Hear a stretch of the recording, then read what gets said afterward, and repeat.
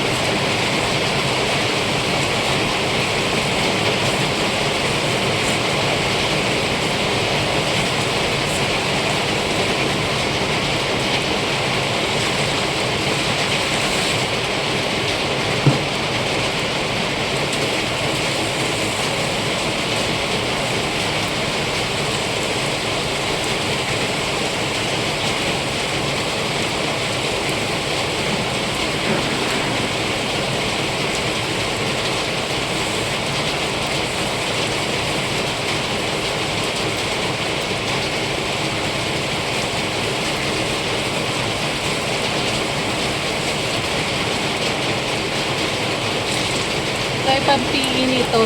Kaya hindi ko siya winashin kasi yung kulay niya. Ito pag winashin ko, eh, kapangit. Kaya dapat ito ay kusot lang.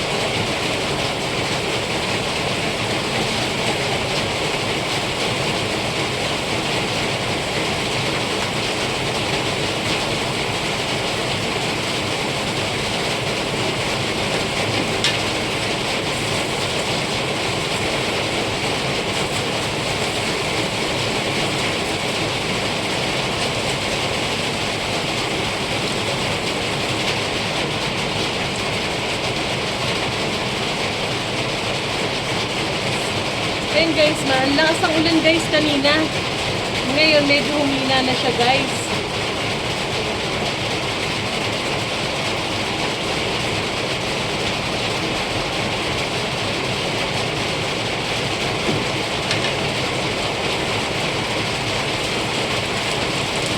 Marami akong ginawa kasi ngayong araw na to. Pabalik-balik ako sa labas kasi meron akong naglilinis ako doon, then may tumingin.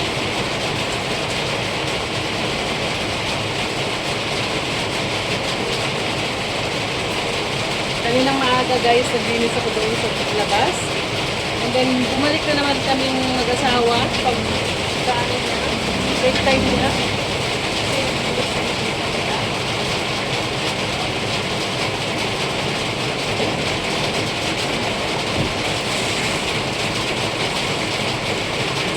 Nasa na natin sa bago. Ayan, tapos saburan natin ang tubig kasi hindi pa rin po stable ang aming tubig. Nawawalan pa rin po kami. Generator lang po ang ginagamit namin. Ayan. Hindi pa rin po naayos ng prime water. Hello naman po mga prime water. Pakibilisan naman po ang aming tubig dahil po ang hirap. Nagbabayad naman po kami ng tama guys. Ayan, hanggang ngayon guys ay hindi pa rin po stable ang aming tubig. Nawawalan po kami sa gabi. Then minsan, kaninang umaga, talagang umaga na nagkaroon, ay kahapon po pala, tanghali na nagkaroon ng tubig. Ayan guys. Yan lang po guys. Tapos ang magbanlaw. Nakasalang ko po ay puti. Yung puti guys, ay may soundworks. Ay hindi ko, ayan lang guys. Thank you for watching. Ayan. Lagari po kasi ang nyo ngayon. Ang lola nyo, maraming ginawa. Naglinis doon sa labas. Tapos bumalik ulit, naglinis po kami doon sa isa. Ayan, dahil may titingin guys. Ayun. Inalis po namin kasi yung naglilinis doon. Kasi po, doon, hindi naman po talaga siya naglilinis ng, binabayaran po namin siya. Tapos, hindi naman po siya naglilinis. Tapos, lagi pa pong pupunta dito sa bahay, advance po yung manghihingi ng sahod. Tapos, hindi naman po nagbabayad, ay hindi naman po naglilinis ng maayos. Na-discover po namin, ginawa niya pang tambakan, ginawa niya pang bodega sa mga ano niya yung, ano, kaya inalis na po namin. Kami na po, salitan kami ng asawa kong naglilinis, kapag libre po siya ang naglilinis, at pag hindi naman po siya libre, ako naman po.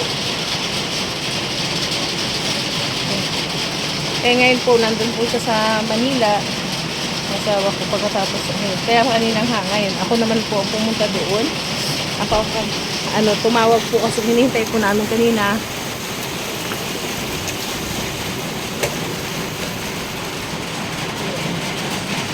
Hinihintay po namin hindi dumating kasi marami po palang ginagawa, busy po yung titingin, kaya tumawag siya ng bandang alas 2 na halos yung aking asawa.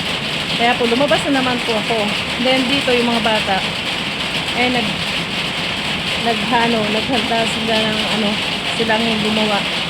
Naghanda ng konti kasi birthday po ngayon ni JK. Ngayon kahit pa paano hinandaan po. Ayan po. Silang gumagawa doon ngayon sa loob. Ayan. Nahingal ako guys.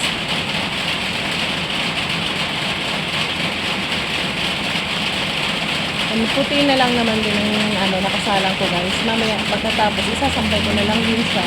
Tapos nakatapos na ako kanina. Iniwanan ko, sinalang ko yung mga decolor din pagbalik ko galing sa labas. Kaya sinampay ko din, sinalang ko yung mga puti guys. Yun lang po guys. Ayan, yan po ang ganap sa akin ngayong araw na to. Hindi po yung aking ganap sa buhay ko ngayon guys. Ayan. Medyo busy. Kaya anong oras yung asikaso. Hindi nga po ako nakapagluto. Sila, bahala na sila. Basta nagsaing lang po, nagluto sila ng kung ano yung mga ulam nila. Ng hotdog at saka ng yung burger. Yun ang inulam nila. Kasi hindi nga po talaga ako nagluto dahil marami pong ginagawa. Malalaki naman yung mga anak, bahala sila.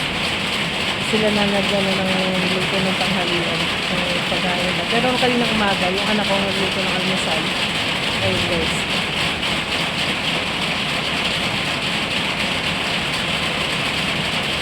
Ngayon po, ayan. Ayan po guys. Maulan po ang ating araw ngayon. Sabi, nakalabas na daw po yung typhoon. Sabi nakalabas na daw ng bansa. Hindi natin alam, baka meron pong sumunod or merong tawag doon, yung buntot, kumbaga may buntot pa. May yung nila. Kasi hindi nga po ako hindi pa ako nakapanood ng balita. Ayan guys. Ayan, maliligo ako ngayon guys kasi sobrang lagit ko na. Kanina pa ako naambunan. Kapag hindi ako naligo, baka magkasakit ako guys. Kasi kanina pa ako paulit-ulit. Naambunan ako guys. Yan po ang ating ganap ngayong araw na to guys. Ayan, sana po patuloy niyo po akong supportahan sa aking mga video guys. Ayan, buhay nanay guys. Yun po ang aking pinakikita. Yung normal po na buhay. Na wala po akong wala po akong kung ano po yung normal. Maging po tayo, kung totoo lang po. Wala po akong kung ano po yung ginagawa ko araw-araw. Yun na po yung pinapakita ko. Ayun. Buhay nanay po. Yung sa buhay ko po bilang nanay guys. At meron naman po iba na ako po kasi bukod sa po ako dito sa isa po ako dating OFW. Ayan guys. Then ngayon guys, nandito ako bali ang ko dito sa bahay. Wala po ako ngayon trabaho. Kaya dito lang po sa bahay. Yung mga gawain sa bahay. Then ako din po yung nag-aasikaso ng namin, kabuhayan namin. Na pinagkukunan namin ng yung ako din po nag-aasikaso. Ayun, tulong, sinasamahan ako ng asawa ko. Kasi yung asawa ko din ay nag-duty din dito. Thank God that na pinagkatiwalaan siyang maging dito sa may siya, volunteer siya, meron din siyang sahod pero minimal lang po. Pero okay na po yun kasi sa wala. Thank God din sa aming thank you dun sa aming HOA president at pinagkatiwalaan yung asawa. So siya, nagbabantay siya sa gabi, voluntary. Ayan, may server din po minimal. Then sa umaga naman po hanggang alas 3 ay meron po sa nag-o-office po siya. Ayun. Doon po siya sa Howell office. Nag-o-office po siya. Siya yung nag-ano ng mga nagbabayad ng monthly dues, yung mga kumukuha ng permit, siya po yung nag-receive nun. Then, yung kumukuha ng construction ba, nagbabayad ng construction ba, yung mga nagpapagawa po dito sa kanya po yun, siya po ang nag-resibo. Eh, siya rin ang nagbibigay ng certificate para ano. Yun lang yun guys ang ano niya. Kahit pa paano po, nakakatawid ano naman po sa amin, nakakatulong po sa pang ano po, talagang mahirap po ang buhay ngayon dahil nga ilan po yung namamasahe kong mga anak, 3 po yung namamasahe ko ano na nag-aaral, puro senior high school po yun. Tapos next year po may isang college na naman ako, ayun guys, kaya ano, tapos may apo ako nag-aaral, yun. Ganun lang po guys, simpleng buhay. Kaya sana dumating ang araw, hindi guys, hopefully na pagdating ang araw na maging stable po itong aking ano, channel. Ayun, malaking bagay po yun, makakatulong po at malaking tulong po yun kung magiging stable po at may chance po akong ma-monetize po ako dito at magkaroon po ako ng income. Malaking tulong po yun, makakatulong po sa akin mga magulang. Ano na rin po sa aking pamilya, sa mga anak ko, pang ano po nila, para mga pag-aral po sila.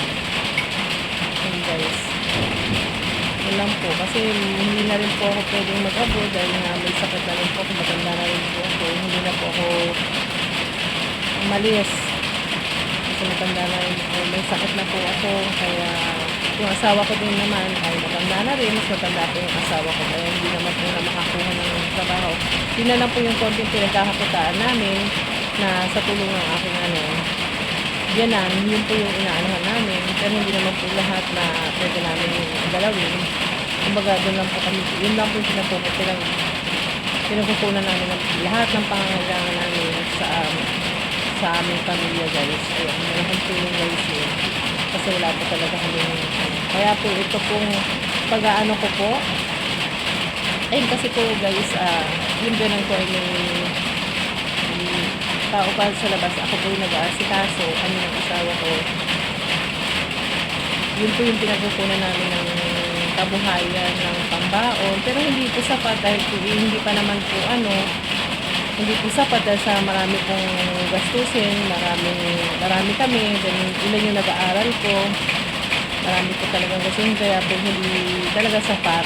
Kulang po talaga, kaya kailangan ko po ng dagdag income. Kaya po ito po yung naisip ko po itong gumawa po ako ng isang channel dito sa YouTube kasi once na magkaroon ako ng chance na ma-monetize guys, ma-establish ko po itong channel ko guys. Malaki po talagang tulong ko. Unang-una po talaga ang gusto kong matulungan isang aking mga magulang guys. Dahil matatanda na po sila. Dati po nung nag-abot ako, natutulungan po sila kahit pa paano. Ngayon po is hindi ko na po sila matulungan hindi ko na po kaya isa po bilang anak po, gusto po natin mabigyan ng magandang buhay yung mga magulang natin, mapatikin man lang ng mga kaginhawahan din na kahit ano po hindi na po sila magtrabaho, maiano ko po yung mga pangailangan nila sa gamot, yung mga maintenance nila kasi nagme-maintenance na po lahat. Kasi yung kapatid ko pong bunso ay may epilepsy pa rin po. Kaya po, nagme-maintenance rin po yun. Hindi rin po makapagtrabaho. Then ako lang po talaga yung apat po kami magkakapatid. Ako po yung yung kuya ko naman po is talagang napakahirap. Hirap na hirap sila. Sa akin pa nga rin po madalas lumapit ng mga nila, pambili ng bigas, yung pag nabibigay yung pag walang trabaho. Kasi isang construction boy lang po yung kuya ko, construction boy po, siyempre ko lang po yung kita sa pamilya niya. Sa akin po talaga ang lapit. Then yung isa ko naman pong kapatid is yun lang po, hindi naman po, may trabaho po siya, pero hindi po siya talaga lagi nakakapagbigay kasi hindi naman laging may kita doon sa trabaho niya. Nasa bundok po siya. Ayan, kaya wala po din, hindi din po stable yung kita niya, kaya talagang gustong-gusto ko po talagang matulungan ang aking mga magulang para po hindi naman po sila kawawa, hindi naman po, maibigay ko po yung panggamot nila, pangangailangan ng gamot at mabigyan ko po silang kahit pa paano mapatikin ko po sila ng paginhawahan kahit pa paano. Yung hindi naman ako naghahangad ng sobra, yung maibigay ko lang yung pangangailangan ng aking mga magulang at yung ako, syempre yung mga anak ko po, yun ang importante sa akin yung mga anak ko mapatapos namin. Yun po kasi yung importante, mapatapos natin yung mga anak natin at para po hindi po sila maging kawawa na balang araw pag nawala po tayo, pag nawala po ako, syempre pag nawala kami mag-asawa, sino na pong sa kanila kung hindi pa po natin pupursigihin bilang magulang ang ating mga anak na makatapos. Yun lang po ang aking yun lang po ang aking pangarap na mapatapos ko yung mga anak ko sa pag-aaral nila. Then syempre, kapag sobra-sobra na po yung natin, syempre, may kakayanan na po tayong tumulong sa kapwa natin. Doon na po yun, kasi paano po tayo tutulong sa ibang tao, sa kapwa natin, kung ang sarili natin ay walang kakayanan, kung tayo din ay nangangailangan ng tulong. Kaya po, pagdating ng araw, kapag once na naging po ako, yun po yung isa po yun sa mga goal ko, na makatulong po sa kapwa ko. Kasi ngayon wala po akong kakayahan makatulong. Nakakatulong po ako paminsan-minsan sa mga lang po. Pero hindi po talaga syempre unahin ko muna yung mga anak ko, unahin ko muna yung pamilya ko. Then kapag yung kapag nagkakaroon ng sakit, may emergency, yung mga ko, syempre, yung kapatid ko, lumalapit din sa akin. Pag may emergency sila, may sakit sila, sa akin din po ang lapit. At yung mga magulang ko, may sakit po na kailangan ko pong hindi naman po ako nakatapos ng pag-aaral, guys. Kaya talagang nung nag-abroad din ako, tamang-tama lang po yung aking sahod. Tama lang na meron po kaya wala din po ako talagang naipon na talagang as in na maging stable pag-ibig sa Pilipinas kasi hindi na, tama lang po. Okay lang po yung namalaw na napapadalan ko sila ng mga pangkain, pambayad ng bills, pambaon, pang school ng mga anak, syempre, nung mga pangangailangan sa school, yung mga project, pero tinutulungan pa rin po kami ng biyanan ko. Syempre, tumutulong po sila. Kaya swerte na lang po ako talaga dahil kahit pa paano yung mga biyanan ko ay mahal na mahal yung mga anak ko. Dahil kahit pa paano, kahit nahihirapan din sila, tinutulungan pa rin po nila kami sa mga malaking bagay po yun. Kaya po guys, yun lang po talaga. Kaya po ako nag-open ng channel na to. Kahit po ang pinapakita ko, alam ko kung hindi naman po ako katulad ng ibang mga YouTuber na magagaling na gumawa ng mga ako po simpleng lang po, cellphone lang po ang gamit ko na mumurahin, yun lang po ang gamit ko kaarag-arag. Kaya tapos hindi pa rin po ako, syempre yung kung lang po yung ginagawa ko dito, wala naman po akong pang para lumabas, para gumawa ng magandang content, na magandang wala po akong kailangan po kasi nun, syempre kapag mag-umpisa muna tayo sa maliit, guys. Ayan, constantly lang. Pero ang gusto ko talaga is, syempre, marami po tayong plano. Kapag naging successful po dito. Kaya tiis-tiis lang po. Lahat po ay nag-uumpisa sa wala, nag-uumpisa sa maliit. Darating din po yung time na magiging malaki din po yung aking channel. At kahit pa paano, siguro naman po ay mamomonetize po tayo.